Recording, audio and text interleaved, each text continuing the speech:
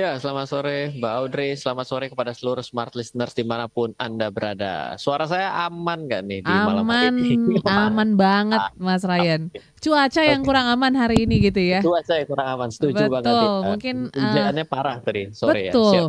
Mungkin macet ya di beberapa titik, tapi semoga Ya, tidak membuat Anda pusing. ya. Apalagi topik kita juga kayaknya udah bikin pusing gitu ya Mas Ryan ya. Suku bunga Amerika bikin pusing Indonesia. Tapi mungkin kita update dulu Ya. Mas. Sebenarnya kondisi terbarunya seperti apa sih suku bunga Amerika? Apakah dalam kondisi baik, tidak baik, atau mungkin memprihatinkan? Gimana Mas Ryan? Oke, jadi sebenarnya kenapa pada malam hari ini kita ambil satu tema mengenai suku bunga Amerika yang akan bikin pusing satu dunia? Sebenarnya karena ada satu pengumuman yang biasanya menjadi salah satu barometer dari Amerika untuk menaikkan, menurunkan suku bunga dan memberikan suatu kebijakan-kebijakan lainnya, yaitu yang namanya adalah US Non-Farm Payroll. Nah, kalau kita bicara dari bahasanya non-farm, kenapa namanya non-farm ya? Karena mungkin kan dulu juga di Amerika kan petani juga gitu ya. Mhm. Jadi dia mencoba untuk mengklasifikasikan tenaga kerja itu yang dibayar berhubungan dengan pertanian dan yang di luar pertanian. Oke. Jadi sektor yang lain. Nah, non-farm payroll ini menjadi salah satu ukuran di sana mengenai kekuatan daya daya beli dan daya industri yang ada di sana untuk meng-hire tenaga kerja. Mhm. Jadi kalau tenaga kerja di sana itu dianggap meningkat dibayarnya, maka secara otomatis berpikir bahwa roda ekonomi itu berputar lebih kencang. Oke. Jadi kalau roda ekonomi berputar lebih kencang, sebenarnya itu yang diharapkan oleh semua negara, perputaran ekonomi yang baik. Nah, memang pada bulan Juni ini ternyata ada yang namanya kenaikan US non-farm payroll di sana. Oke. Nah, di mana satu sisi kita semua sedunia itu dalam sudut pandang menunggu kapan suku bunga Amerika itu diturunkan. Betul. Loh, kenapa? Karena kalau suku bunga Amerika tidak diturunkan, karena kenaikan yang begitu kencang yang terjadi sejak tahun 2022 akhir, itu menyebabkan suatu kondisi baru yaitu uang banyak sekali money outflow untuk kembali pergi ke Amerika. Hmm. Dengan uang pada kembali pergi ke Amerika ya ada ketidakstabilan juga di situ karena mendorong inflasi juga. Yes. Nah, di sini kan kita berpikir gini, kalau suku bunga tinggi, harga barang-barang jadi mahal, berarti daya beli berkurang, maka industri atau sektor-sektor yang ada di Amerika akan memperkerjakan orang lebih sedikit dong. Betul. Nah, berarti non-farm payroll-nya akan turun dong. Mhm. Ternyata dia malah naik loh di bulan Juni ini. Sehingga membuat orang sedunia berpikir, waduh, suku bunga batal turun nih. Mhm. Padahal dari kemarin saya kepengen suku bunga Amerika turun. Turun. Turun dong. Nah, dengan kondisi data ya, kita bicarakan harapan dengan data, bicara bisa beda loh ya. Yes. Dengan kondisi data yang baru saja dirilis di bulan Juni, tepatnya tanggal 9 kemarin, maka ya kemungkinan besar Amerika akan menahan suku bunganya dalam kondisi yang 5,5 ya kalau nggak salah ya. Itu dalam Mhm. posisi yang dianggap cukup tinggi. Oke. Yang mana sedunia ini sudah mulai agak sedikit resah.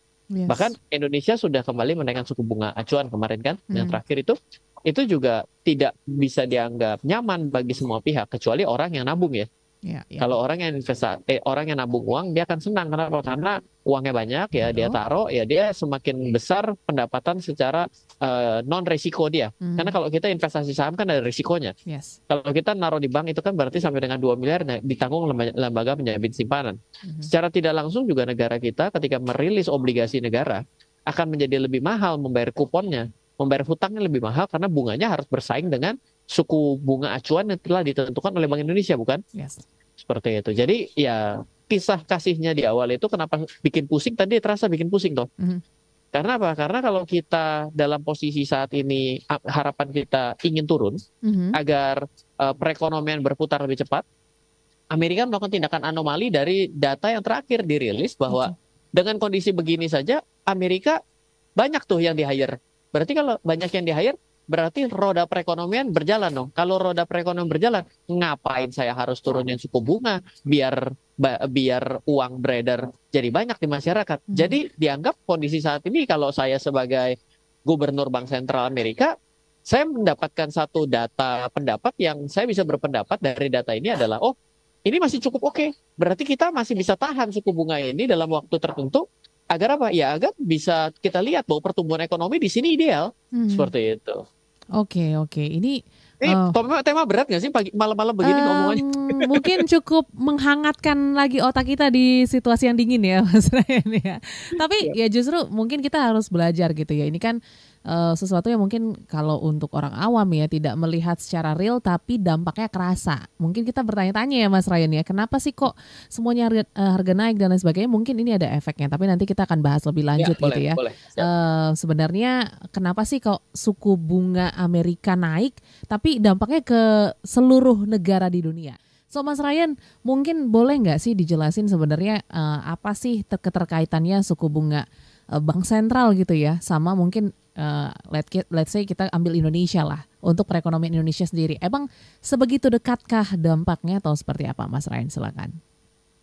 Iya, sebenarnya kita memang jauh sekali ya dari Amerika ya secara benua gitu ya. Mhm. Tapi pada akhirnya mau tidak mau kita mesti kembali melihat bahwa ternyata memang Amerika itu kan menggunakan US dollar ya, Yes. dan Indonesia itu kan menggunakan rupiah.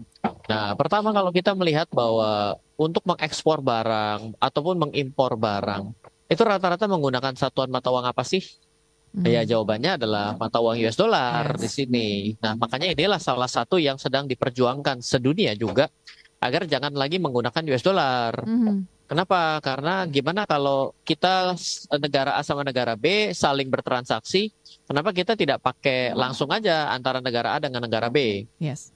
Sehingga kita tidak perlu konversi-konversi lagi dengan US dollar, sehingga US dollar tidak menjadi mata uang utama di dunia. Itu adalah salah satu tindakan untuk melemahkan mata uang US dollar itu sendiri dalam penggunaannya.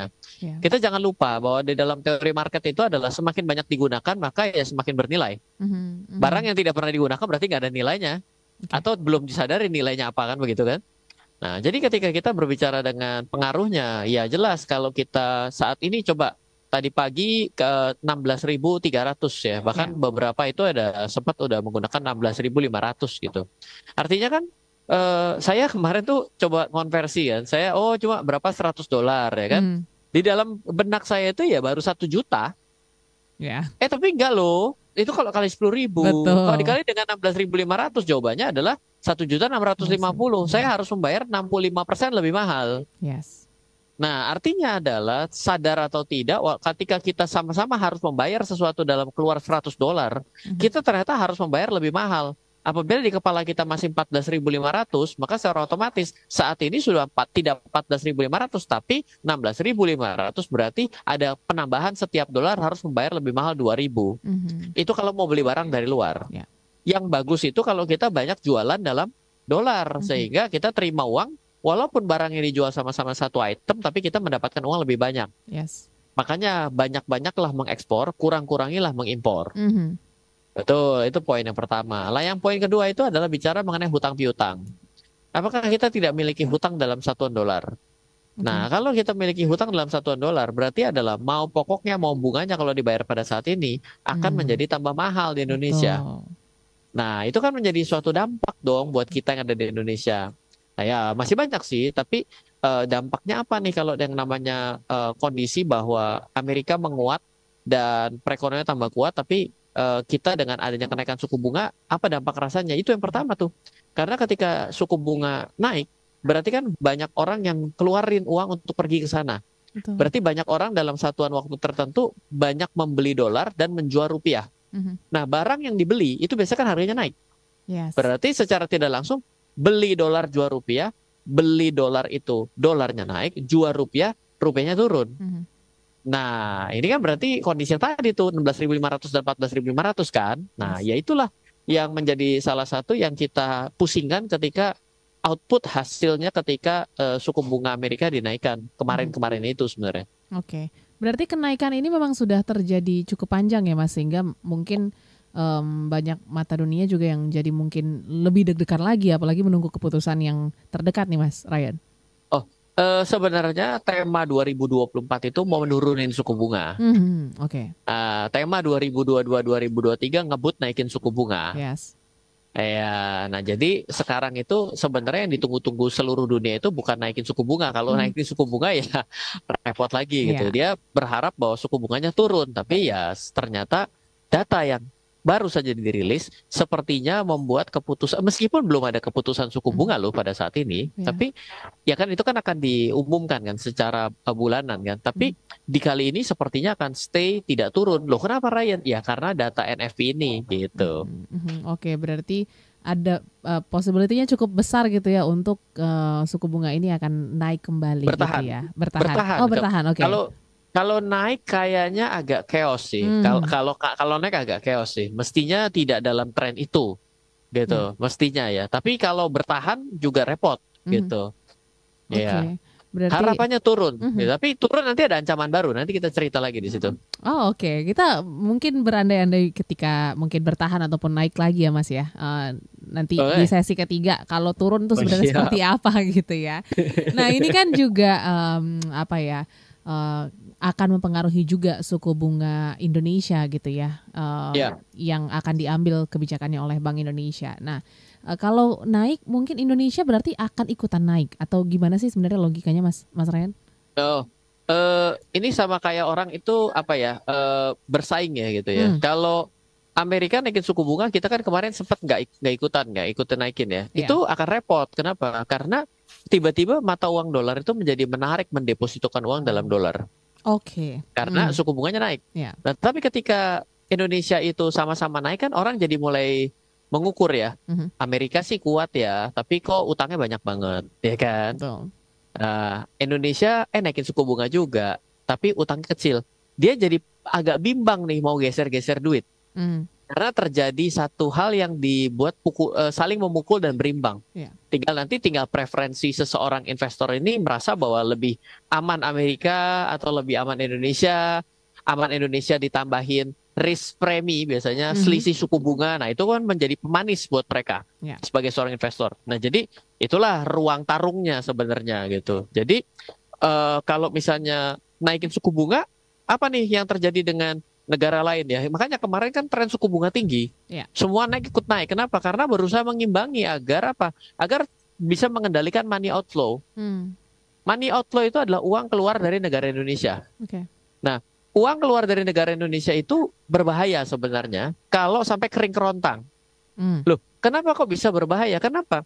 Karena bisa saja pada tempat-tempat tertentu, pada industri, pada bisnis tertentu, bahkan ada di bank, itu ada uang yang tidak bisa ditarik loh. Kok bisa ada uang yang tidak bisa ditarik? Iya, karena tengah diinvestasikan. Contoh, misalnya nih, bangun pabrik. Itu kan uang sudah berubah jadi beton.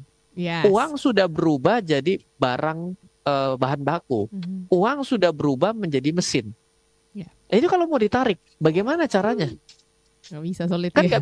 Nggak bisa karena udah. Nah, kalau dijual secara cepat-cepat, yang namanya barang mesin, properti, harganya geletak.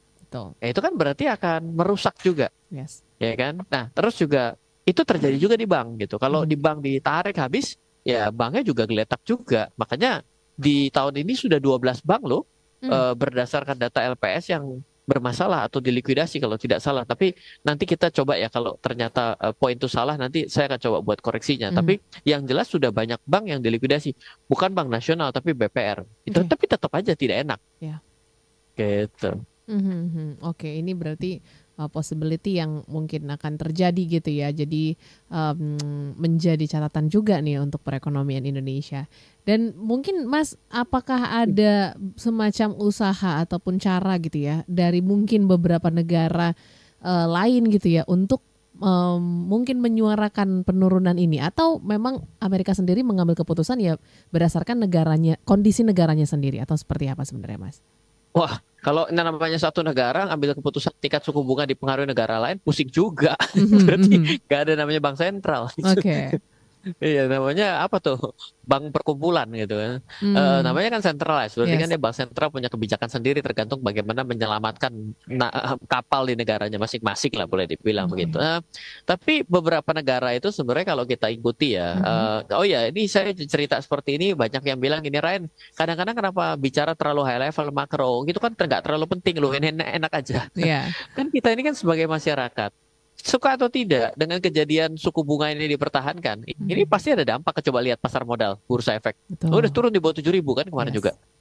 Mhm. Nah, itu ada satu hal kekhawatiran juga di situ gitu loh. Jadi kita tidak bisa berbicara mengenai ekonomi itu dipotong separuh Mhm. gitu. Ini Oke. pasti akan berkaitan satu dengan yang lainnya Mhm. gitu. Nah, coba kita eh, lanjut sedikit lah. Yes. Dan apa nih upaya-upaya negara? Oh, sudah banyak. Itu kemarin ada namanya BRICS, di Oke. mana mereka mencoba untuk melakukan konsorsium Mhm. antar anggotanya, jangan pakai dolar lagi ya, tapi pakai kita saja. Ya. Daripada kita pusing akan keputusan US dollar dan kita juga tidak ada bisnis hubungannya dengan dia, kita berbisnis secara inner circle antara Mhm. kamu dan saya dengan dia, ya sudah kita tukar-tukaran saja. Sehingga kita tidak perlu terpengaruh dengan yang namanya nilai tukar dolar itu Dolar. sendiri. Ya. Itu salah satu contoh. Mhm. Lalu contoh lainnya di Asia Tenggara. Nah, coba deh kita lewat di beberapa billboard itu sudah ada tulisan, gunakan QR untuk transaksi di luar negeri. Bisa belanja Yes. di Singapura menggunakan QR lo, QR. bisa Ya. belanja di Thailand menggunakan QR lo. Mhm. Scan QR dengan menggunakan bank ini, maka di sana kamu bisa belanja tanpa perlu harus bawa uang tunai. Betul. Nah, itu sudah saya coba Mhm. dan betul. Jadi saya Oke. pergi ke Thailand itu tinggal bawa scan QR di sini, Mhm. dia bisa tanya mau dipotongnya bagaimana nih? Mhm. Gitu. Nah itu nih oh ya langsung dikonversi kurs rupiah, jebret langsung terpotong. Jadi Oh. saya langsung tuh tukar antara rupiah dengan Baht Thailand. baht ya, Mhm. gitu, baht Thailand. Jadi bisa seperti itu adalah salah satu upaya untuk menjaga agar tidak perlu bergantung kepada US dollar. Mhm. Seperti itu. Itu Oke. upaya. Itu upaya yang bisa dilakukan gitu ya untuk Iya tidak betul. terlalu terpengaruh karena kan mungkin kekuatan dolar ini masih menjadi apa ya satu hal yang cukup besar gitu pengaruhnya sehingga mungkin diperlukan cara-cara lain untuk bisa tetap menstabilkan Iya. perekonomian gitu ya Mas Rain ya. Ada satu lagi nih sebelum Aha. kita akhiri ya. Jadi Oke. sebenarnya ada ya di YouTube gitu ketika saya membahas dolar cuma bilang begini, aduh kok sok tahu banget sih. Yang namanya dolar itu akan tetap menguasai dunia. Iya betul. Mhm. De facto secara faktanya yes betul sampai hari ini kayak gitu. Tapi ada hal-hal yang berbeda di tahun-tahun terakhir ini loh. Mhm. Ya dengan adanya kripto, lalu Oke. juga dengan adanya konsorsium negara-negara penghasil minyak bumi gitu ya. Itu dia sudah mulai melakukan suatu tindakan-tindakan sendiri untuk mengamankan agar tidak perlu terpengaruh dengan eh, mata uang US dollar. Yes. Mhm.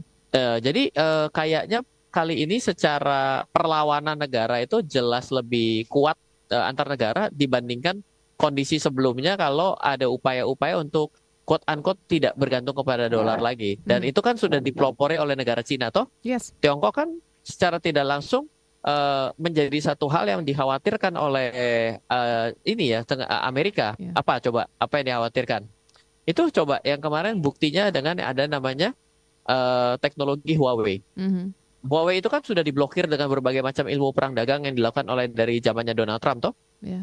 Nah, itu ternyata tetap bisa mengakses dengan teknologi yang tidak diketahui tiba-tiba langsung membuat, ya kan? Dengan chipset sendiri Mhm. dan dia sudah bisa membuat itu secara pembuatannya secara dalam negeri.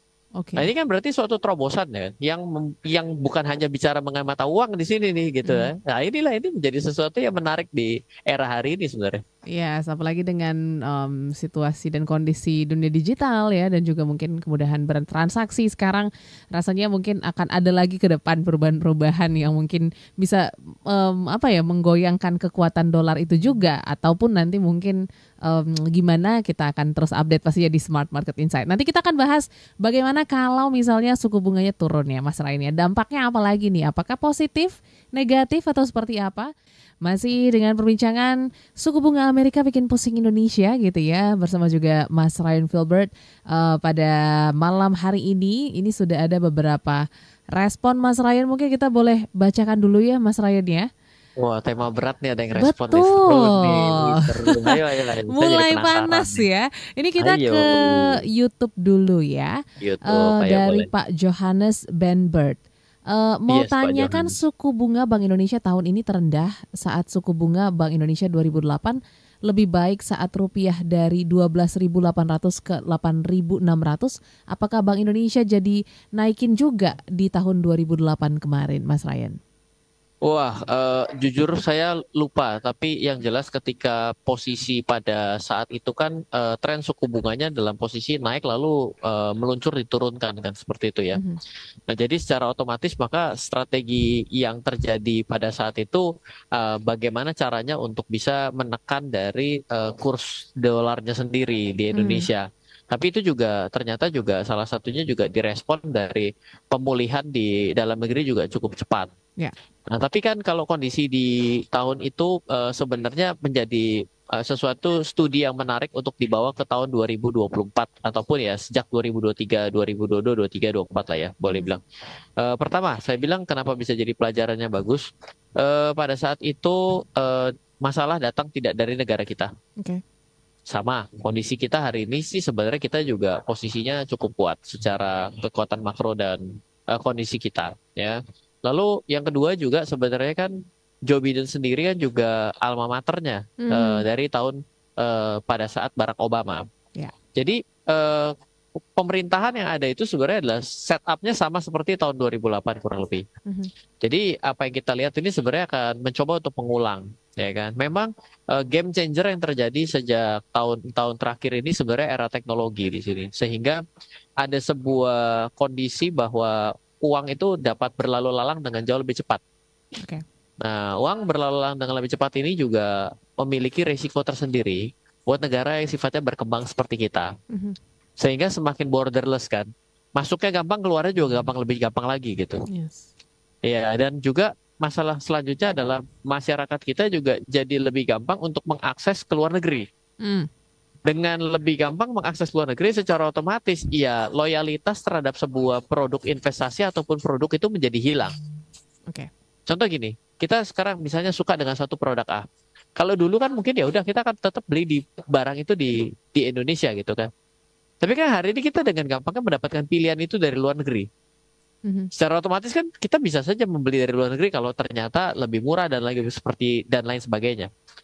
Nah, itu ya membuat kita jadi agak sedikit sedikit lemah di sini lah gitu ya. Tidak dengan kecanggihan teknologi dan kecepatan itu tidak menjadi suatu hal yang cukup bagus selama kita tidak kuat secara fundamentalnya sendiri. Sebenarnya itu yang Oke. mau saya sampaikan. Yes, yes, yes. Oke, Gitu. itu semoga bisa menjawab ya Bapak Johannes Benbert ya Ya. akan peristiwa yang terjadi di 2008. Oke, ini Yes. dari WA kita Mas Ryan dari Pak Ayah. Jainur di Palembang. Selamat malam Palembang. Mas Malam. Ryan, jika suku bunga Amerika naik, maka jumlah transaksi saham di BI akankah turun atau tidak gitu ya? Tapi pertanyaannya sektor apa sih yang tidak banyak terpengaruh oleh para trader luar negeri? Mungkin boleh dibantu Mas Ryan, silakan. Sebenarnya yang kalau dibicarakan tidak terpengaruh, maka lebih baik kita lihat yang terpengaruh dan positif. Hmm, Kalau kondisi semakin tidak baik, oke. ya sebenarnya ya yang namanya barang-barang yang sifatnya adalah energi, lalu juga sifatnya adalah komoditi, Mhm. itu kan biasanya lebih menggunakan nilai tukar ya. Ya. Nah, jadi kalau mereka itu memiliki struktur hutang yang baik, maka sebenarnya kenaikan daripada nilai tukar itu menjadi suatu berita baik buat mereka. Mhm. Lalu juga ketika menjadi ada ketidakstabilan dalam sudut pandangnya, misalnya saat ini perang gitu ya. Ya. Ya amit-amit jangan sampai ada perang tambahan tolong gitu ya. Tapi yang Mhm. lucu ya kok antar Korea saja sekarang lempar-lemparan balon gitu kan. Betul. Nah ini sebenarnya kekhawatiran gitu. Tapi komoditi akan menjadi sesuatu yang seksi. Mhm. Apalagi buat negara non-blok. Kenapa?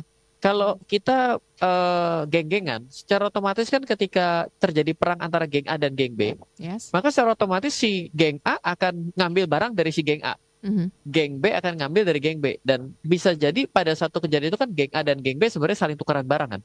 Ya.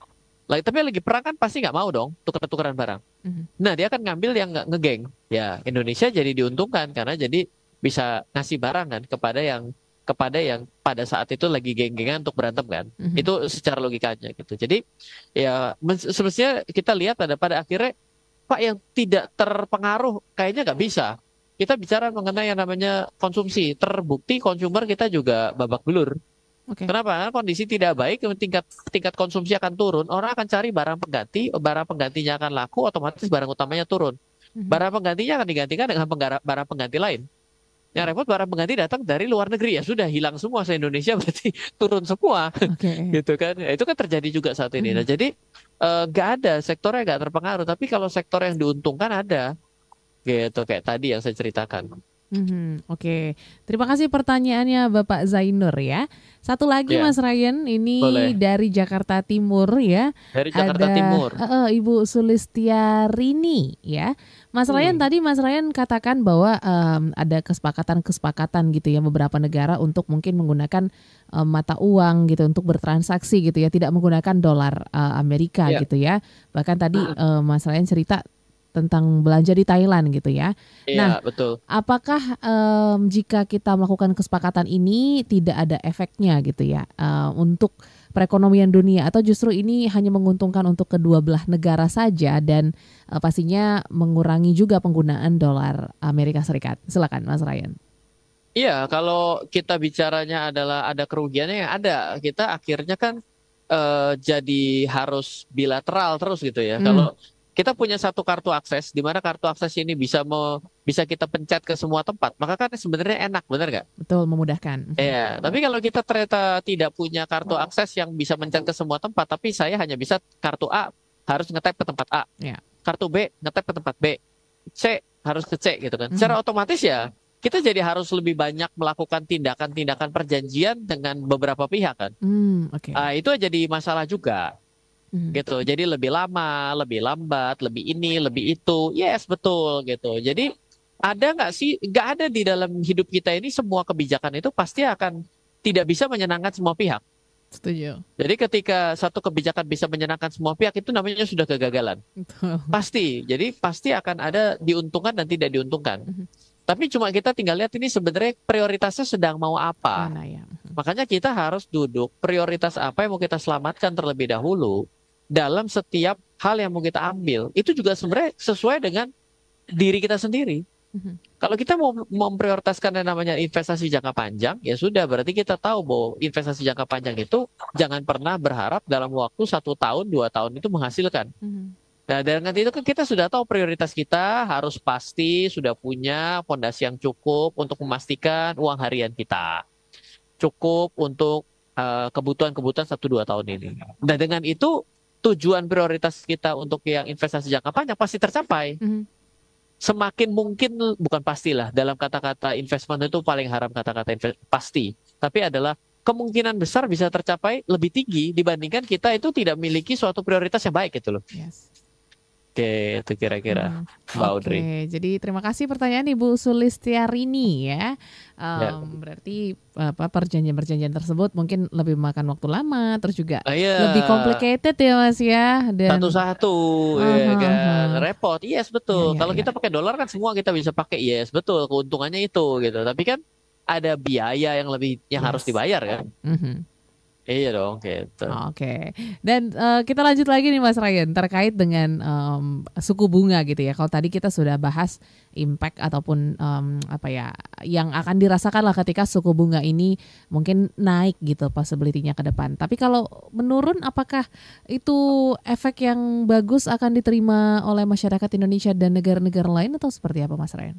Oh ya, pertama saya mau coba untuk sampaikan adalah kalau ilustrasi naik sih agak agak ini ya, agak Mhm. extraordinary lah, boleh Ya. dibilang dengan kondisi hari ini gitu ya. Mhm. Itu agak extraordinary kan. Ya. Belum ada pattern itu dalam sepanjang sejarah mengenai kenaikan suku bunga dan penurunan suku bunga Amerika sebenarnya Oke. seperti itu. Mhm. Gitu. Nah, tapi kalau turun, nah ini pertanyaan ini bagus ya. Sekarang kan tadi sudah bilang bahwa dalam trennya suku bunga di sejak tahun 1950 kalau kita perhatikan naik suku bunga dengan kencang ya kan turun. Mhm. Barang mana naik ya kan turun. Itu sudah pasti ada waktu naik ada waktu turun. Turun. Nah, yang menjadi catatan dari banyak pihak, penurunan suku bunga yang dilakukan oleh Amerika itu secara statistik menghasilkan kondisi resesi. Oh, oke.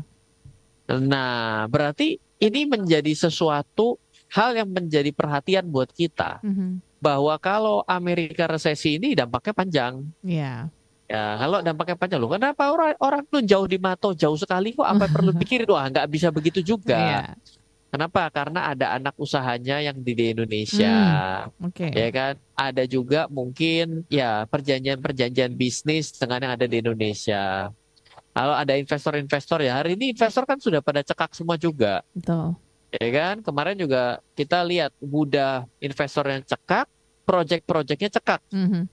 Ya, kemarin itu Baiju namanya kalau nggak salah yang dari India, EduTech itu valuasi dari ratusan triliun berubah menjadi nol loh. Waduh, Wow. kacau itu kan? Mhm. Buset gitu Drastis kan. ya.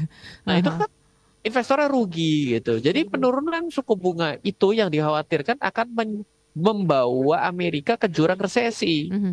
Nah, resesi ini story-nya beda lagi. Resesi itu kan adalah pertumbuhan ekonomi yang tidak mengalami yang negatif dalam 2 kuartal secara beruntun. Ya. Kalau pertumbuhannya tidak, tapi adalah penurunan, perlambatan dan cenderung mengalami penurunan, maka kan berarti defisit tuh di situ, Mhm. minus tuh di situ. Nah, Oke. minus ini bukan menjadi sinyal yang bagus juga. Ya berarti kayak akan menghadapi masa apa ya downtrend yang panjang Mhm. gitu kan. Itu ada peluang kelihatan di situ ada kelihatan gitu. Oke. Seperti itu. Oke. Nanti kita akan lanjutkan lagi Mas Ryan, kita Boleh, harus break boleh. ya. Tapi kalau untuk saham sendiri Mas, tadi kan seperti pertanyaan dari WA kita ya, kalau misalnya suku bunga Amerika tadi naik, maka jumlah transaksi saham di BI mungkinan juga akan turun. Nah kalau untuk penurunan suku bunga, transaksi di BI gitu ya, ataupun di pasar modal seperti apa Mas sebenarnya Mas, pasar uang? Ya logika sederhananya begini, kalau suku bunga itu kan menjadi sebuah benchmark di sebuah negara dalam seseorang untuk melakukan investasi dong. Betul. Iya dong. Nah sekarang gini, kalau ternyata suku bunganya diturunin secara terus-menerus, Mhm. maka kan misalnya let's say suku bunga sekarang 7% gitu Ya. ya. Nanti turun jadi ekstrim 2% gitu. Hmm. Berarti kan acuan orang suku bunga yang bebas resiko adalah 7%. Ya. Berarti kan kita bisa bilang gini, bisnis-bisnis yang memberikan return di pasar modal Mhm. yang cuma plus minus 7% nggak menarik. Oke. Berarti kira-kira makin dikit atau makin banyak tuh saham-saham yang perusahaan yang mampu memberikan return yang tinggi. Ya Mhm. pasti makin dikit Ya, dong. ya. Mhm. Nah, itu satu. Sekarang dalam waktu yang misalnya dalam waktu yang sama itu ternyata 2% acuannya. Mhm. Sekarang kalau acuannya 2%, berarti lebih banyak nggak perusahaan-perusahaan yang mampu menghasilkan keuntungan di atas suku bunga acuan? Iya, lebih banyak, udah Mhm. pasti. Ya kayak gini, Oke. bisnis menghasilkan untung tinggi lebih lebih banyak lebih sedikit daripada yang menghasilkan untung yang kecil, Mhm. kan seperti itu. Nah, sekarang suku bunganya kecil, ya otomatis kan semua yang ada di pasar modal tiba-tiba menjadi tambah menarik. Betul.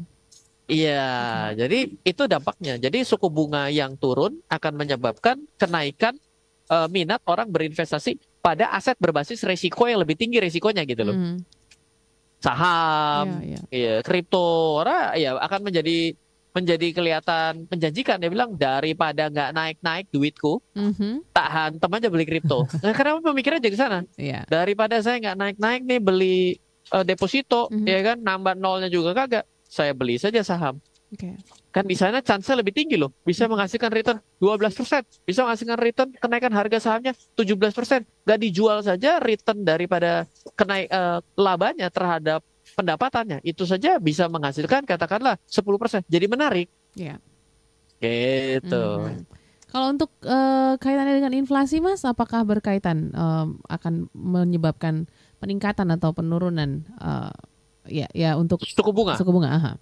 Ya, kita bacanya mesti ini ya, mesti inflasi naik. Kalau kenaikan inflasi itu akan diimbangi dengan suku bunga yang naik. Biasanya Oke. begitu. Mhm. Kenapa? Karena kan inflasi yang tinggi berarti adalah jumlah banyaknya uang yang beredar di masyarakat yang tinggi. Jumlah uang beredar masyarakat yang tinggi itu bagaimana cara membuat masyarakat itu jadi tidak mau menggunakan uangnya, harus ngerem, itu dengan cara diiming-iming bunga yang tinggi. Oke. Jadi otomatis dia bilang, iya ya daripada saya pakai belanja jadi beredar uangnya, ya udahlah saya pergi ke bank deh saya tabung. Mhm. Ya jadi peredaran uang jadi berkurang. Yes. Nah, itu kan konsepnya sebenarnya bagaimana cara menekan laju inflasi. Mhm. Oke, Gitu. oke. Ini masuk lagi nih pertanyaan ya, Mas Iya, Ryan. topik berat ini banyak masuk ya. Tapi Iya, kenapa makin hari makin berat ya? Smart betul. market ini saya mau ganti yang gampang-gampang lah besok. Oke, mungkin boleh diseling-seling gitu ya Mas Ryan ya. Siap, siap. Oke, ini dari Pak Abdurrahman yang ada di Yogyakarta. Selamat malam Mas Pak Abdurrahman, Ryan. Yogyakarta. Seru Ya, banget piye bahas kabare Mas? tentang Ya, yang siap. makro-makro katanya gitu ya. Yes, oke, harus dong ya, oke. Tapi Oke. apa sih yang bisa kita lakukan sebagai masyarakat Indonesia gitu ya untuk menghadapi situasi ini supaya juga pastinya kita bisa memberikan nilai yang positif lah terhadap perekonomian Indonesia, karena walaupun mungkin Amerika jauh di sana tapi kan efeknya akan terasa ya Mas Ryan. Silakan Ya, Mas Ryan. ya, kalau saya di tahun-tahun yang penuh ketidakpastian ya kata-kata ini jadi terasa lama sekali dibicarakan, hampir 4 tahun gitu ya, sejak tahun Mhm. 2020, karena saya melihat bahwa disebut pulih tuh iya belum Ya, gitu, karena wave-nya kecepatan gitu ya. betul. Saya melihat bahwa wajib kita itu kembali tes cermin ya ke diri kita. Seberapa sehatnya kita sih sebenarnya. Mhm. Kalau kemarin kan seberapa sehatnya kita terhadap kesehatan sebenarnya ya. Kita Betul. kita kalau kena komorbid ya selesai sudah, tambah sulit untuk sembuh kan Ya. begitu. Tapi kalau kita bicara hari ini kan kesehatan keuangan ya kan. Ya. Sehat keuangan itu ya sebenarnya membuat kita itu bisa berjalan yang lebih panjang ketika kejadian hal-hal yang tidak menentu terjadi. Mhm. Ya, contohnya nih, di Indonesia itu toko hijau katanya mau PHK ribuan karyawan. Yes. Ya kan? Nah, itu kalau dia PHK ribuan karyawan berarti tidak berpendapatan. Mhm. Uncertainty itu. Ya. Lah kan 2.000 dari totalnya katanya cuma tinggal dipekerjakan 200 atau 300, Wow. berarti kan mayoritas di Yes. PHK. Yes. Lah kan pertanyaan gitu, apakah saya orang yang seberuntung itu untuk yang tidak ikut kena PHK? Mhm. Lah, berarti kan kalau saya tidak kerja terus gimana caranya? Lah, ini kan panjang nih cerita ini gitu. Nah, itu berarti wah kalau saya tidak kerja saya tidak bisa hidup dalam waktu bulan depan. Berarti ketahanan finansialnya pendek. Mhm. Nah, itu berarti adalah kesehatannya nggak bagus. Oke. Nah, di sini ya perlunya kita kembali bagaimana memperbaiki kondisi yang sudah terlanjur ini. Betul. Ya kalau ini mulainya dari nol semua gampang. Kadang-kadang kan semua orang sudah tidak dimulai dengan nol tapi Nol. minus. Iya. Punya anak, punya tanggungan, ya kan, punya cicilan. Ini beda ceritanya dengan saya mulai dari nol. Yes. Sama kayak saya suruh betulin kota. Ini tapi bicaranya beda ya. Tapi saya berpikir gini, lebih mudah mana membangun sebuah kota dibanding saya harus memperbaiki sebuah kota. Bagi saya membangun dari nol sebuah kota akan jauh lebih baik. Iya. Kenapa? Karena perlu geser kanan kiri ada yang perlu digeser, gak ada ribut kiri kanan loh. Dibandingkan saya membangun kan lebih enak berada dari nol ya kan, tidak ada keributan. Tapi kan ketika dalam kehidupan kita berbicara mengenai aspek keuangan pribadi, di sini kan kadang-kadang kita dalam keadaan punya hutang, kita sudah terlanjur punya tanggungan yang banyak, kita sudah punya kebutuhan untuk ini dan itu menjadi suatu tantangan yang nggak gampang. Jadi tahu ilmunya belum tentu bisa melakukan karena masalah tanggungan-tanggungan itu. Tidak tahu ilmunya, ya mana mungkin bisa melakukan kan begitu kan ya? Yes. Ya, jadi ya di kondisi yang hari ini itu kita tes cermin diri kita seberapa sehat terhadap keuangan. Ya kan? Punya nggak yang namanya other stream of income? Kalau orang bilang punya pendapatan lain, ya kan? Nah, kalau punya pendapatan lain, punya nggak sesuatu yang money works for you, uang yang bekerja buat kita? Oke. Loh, kan tapi dalam kondisi yang tidak bagus, masa suruh tetap investasi? Loh iya, memangnya kalau lagi dalam keadaan dingin atau panas, jangan mandi sebulan. Iya kan, artinya Iya. kan tetap ada kondisi, ya mandilah, Mhm. ya kan. Tapi mandi jangan banyak-banyak airnya, nanti kedinginan. Oke. Mandilah, tapi pakailah air hangat. Mhm. Mandilah begini, nah, itu kan ada syarat-syaratnya. Sama, investasi itu, loh dalam keadaan yang tidak bagus, tetap investasi, betul. Loh, tapi kan nanti turun. Loh, investasi itu tidak melulu mengenai harga kalau dibeli harus naik. Yes. Investasi itu adalah bagaimana caranya memperbanyak apa yang kita inginkan. Kalau saham berarti saham itu kita perbanyak bagaimana kita bisa memiliki itu jauh lebih banyak dari hari kemarin. Mhm. Tidak fokusnya kalau saya beli sahamnya harus naik, itu pedagang beda.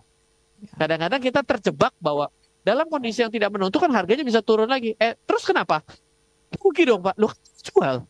Mhm. Lah kalau kita tahu besok harga turun, kenapa kita nggak beli lusa? Loh ya, siapa yang pernah tahu lusa? Lu 2 menit aja saya nggak tahu lagi kok besok apa. Ya. Nah, jadi di poin itu ada mindset yang masih bertabrakan. Nah, itu kan bisa diselesaikan kalau kita kembali mempertebal ilmu kita. Mhm. kembali kita melihat diri kita itu merasa kurang. Nah, itu kan memang harus kita lakukan secara berkala. Betul. Gitu. Oke. Mas Ryan, mungkin satu pertanyaan penutup ya untuk Oh, menutup ada siaran lagi. kita. Mantap. Ini Ayo juga lanjut. menarik Apa nih tuh? dari Juwono Jo.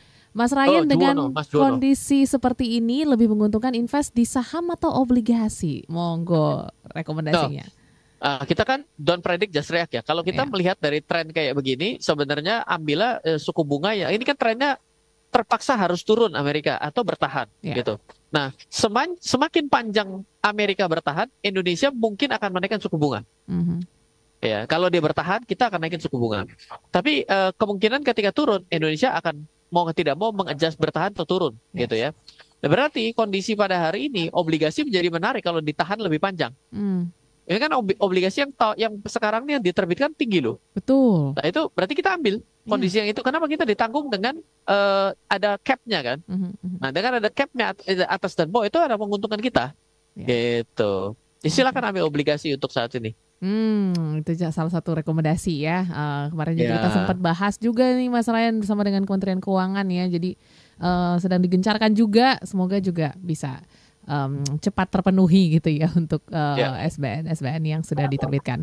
Oke, mungkin Ya. satu lagi Mas Ryan untuk penutup apa yang mungkin menjadi concern kita untuk melihat situasi sekarang supaya kita jangan panik gitu ya, tapi bisa melihat situasi dengan wise, dengan bijaksana. Silakan Mas Ryan. Iya, dalam pengalaman saya mengambil keputusan dalam keadaan panik itu tidak menghasilkan keputusan yang bagus. Mhm. Terlambat itu lebih baik daripada kita mengambil keputusan pada saat kita emosional. Ya.